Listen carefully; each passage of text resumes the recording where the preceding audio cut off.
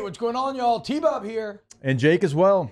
And you're about to watch a little OTB LSU. We're going to give you all the latest, greatest between LSU football, baseball, women's basketball, softball, and everything in between. Bottom line, if you want to talk Tigers, keep it locked, subscribe, like it, and we hope you enjoy the transfer portal. Huh? Portal? How about it? How do you feel about Grand Valley State? Feel pretty good? That's where your head coach got his career started. Hell yeah. Well, it looks like Javier Suggs, defensive lineman from Grand Valley State, has officially thrown his lot in with LSU. Shout out my guy, Lon Philip Sullivan, LSUodyssey.com. He called this first. Now, you know, sometimes Lon makes some early calls. They don't always work out, but he got this one right. So shout out to you, Lon. Excellent work. But yeah, a week ago, Javier Suggs, remember, kind of emerges as a target after LSU strikes out kind of on their top targets. He comes in town Sunday through Tuesday, and he joins Gio Paez from Wisconsin as defensive tackles that have committed this spring, and so at least added some bodies. And it's interesting on Suggs, 6'3", 282. He's got pretty productive numbers at that level. And, you know, it's funny, man, because of the market, he probably got paid like a pretty big number, way bigger than he ever would have expected, maybe back in the day. But this is, regardless what the number is, through the actions of LSU, we know that it's at least a number that they feel comfortable with, that is palatable, that is acceptable in terms of roster management and resource management. I guess the question becomes, what is this just a body? Is this a rotational body? Is this a starter? What do you think you got in Javier Suggs? I don't know that it's going to be a starter, but it's going to be a piece that rotates in, and that's what you were looking for at minimum. You're looking for someone that come in, give you some help, because we've talked about it. It's like hockey line shifts for the defensive line. You're going to bring guys in and out all the time. They're going to have your guys, obviously, that play more, and edge rushers don't maybe rotate as much as defensive tackle, but you're going to have a rotation, and this is a piece that you feel like can rotate, and you think, based off your projections, that he can handle playing defensive tackle in the SEC. Now, who the starters are going to be, we only know one right now. We know Guillory is going to be a starter, and we're looking to see who that other player is going to be, because right now, nobody's won that job. Nobody's been promised that job, and so there's going to be an open spot. It might be Dominic McKinley. He might come in here, and he might wow everybody. Now, that's a little far-fetched because he hasn't been here in the spring. Yeah. But he could come in, and he could be a piece that is added to that rotation as well. So it could be a revolving door, but not necessarily in a bad way. Like, you now have two guys you at least feel good enough to throw into the rotation. Well, and if nothing else, I don't think you would ever still describe it as like a strength of the team, but let's not just dismiss the addition of Bo Davis, because you did not pay Bo Davis just for his recruiting acumen, which is great and which will eventually pay huge dividends, right?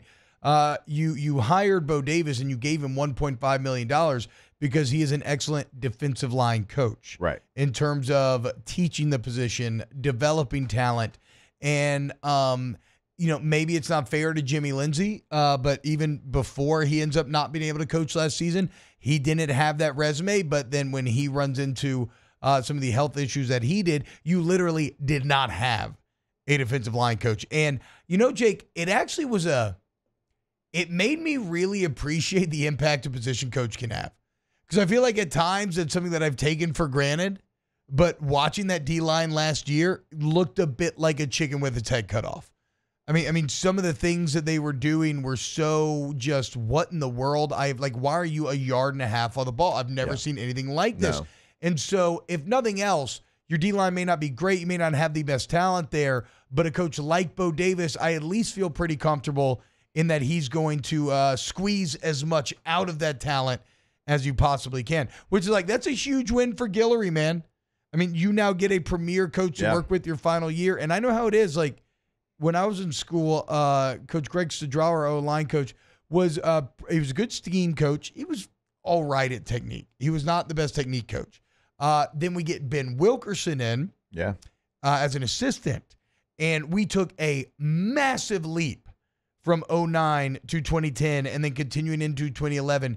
And it was all because of the technique work that Wilkerson brought us and the drills that he brought us in addition to everything that Stud was already teaching us. So in Bo Davis, you have a guy, I believe, that is an elite technician. And so you should see that pay dividends for this group. Yeah, I'll back T-Bob up on that as well, because you can have a good coach and he does something really strong, but maybe technique's not the biggest strength that he has. And I had the same situation at LSU. Our first year here, Derek Dooley was the running backs coach. And Derek Dooley played receiver in college. He never played the running back position, and so he could tell you where to line up and what your responsibility was, but some of that technique stuff, he had not been through the fire of playing running back in college. And then we get Larry Porter in, who was a really good running back in Memphis in college. And it was just different. Coach Porter had been through the fire. He had toted the rock in college football. And so there was little nuances that he would teach us that I felt like I was a much better player because of. Again, like no shade towards Derek Dooley. He was a good coach, but just a different coach in a different way. And so, yeah, if you have somebody that knows the technique, they've themselves – Bo Davis, we know, played defensive line at LSU, and he has shown you he's going to put guys into the NFL at that position. Like, are you going to be just, tenfold better? No, probably not. But you will get better because of that. And you'll see that probably more from Guillory than anybody because he's had a lot of coaches. He has the most potential, and he's had so many coaches. So many coaches. And now he's got what a lot of people consider to be the best coach at that position in the country. And so, like, even a player like that where you're wondering, is he really going to be the one? Can he be the one? He's been more of a 3 in his career. You'll see him get better because of Bo Davis. Yeah, guys like Dominic McKinley don't even know how potentially lucky they are getting to step in immediately to a coach like Bo Davis to teach them from day one. Like that's the way that you maximize your potential at that position. So look, if nothing else, Javier Suggs makes you better. I don't know what his own ceiling is. Again, it's probably a rotational piece. I don't know if he's a starter or whatnot, but at least you got better at your biggest position of weakness. And really, that is like the base level goal for any roster move is, did it make you a bit better? And I think Suggs does that. A Suggs fun fact that we mentioned the other day, but just to remind you, Suggs, a graduate of Clarkston High in Michigan, graduated in 2019. What that means is he was a senior when current LSU offensive lineman Garrett Dellinger was a sophomore at Clarkston High. So even though Dellinger has somehow been starting here for now going into his 4th year, Javier Suggs was a senior when Dellinger was a sophomore. That's crazy. That's just the world of college football and college athletics now, since everybody's got extra years and we don't really know how old anyone is anymore. That's wild to think about. So good job, LSU, landed defensive tackle. Again, still some more Pirtle tidbits to come. Like we said yesterday, you're hosting the safety, Wesley, and potentially Tyler Barone this weekend. So we'll continue to monitor the situation, but at least a body and an okay one at that, right? There was a lot of interest from other schools as well. I mean, who are the other yeah, you got the list in front of you. Yeah, who was his final 4? LSU, Michigan, Wisconsin, and Kentucky. So I mean, that's a pretty good offer list. Pretty good offer list, right? The dude could play. Wow, Jake, what incredible takes. I mean, those guys, they're just the best. I think so. And if you think so, again, hit the like button, subscribe, ring the bell so you get notifications when we post every single day here on OTB LSU.